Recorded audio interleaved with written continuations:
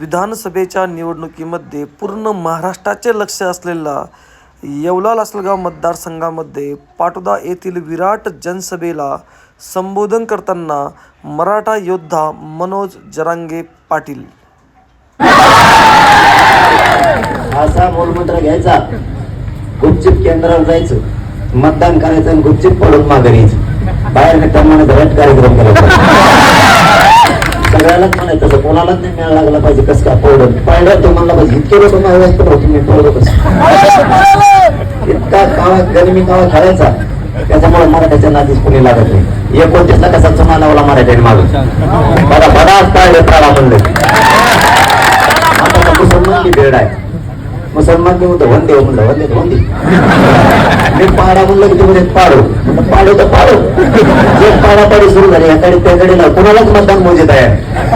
आता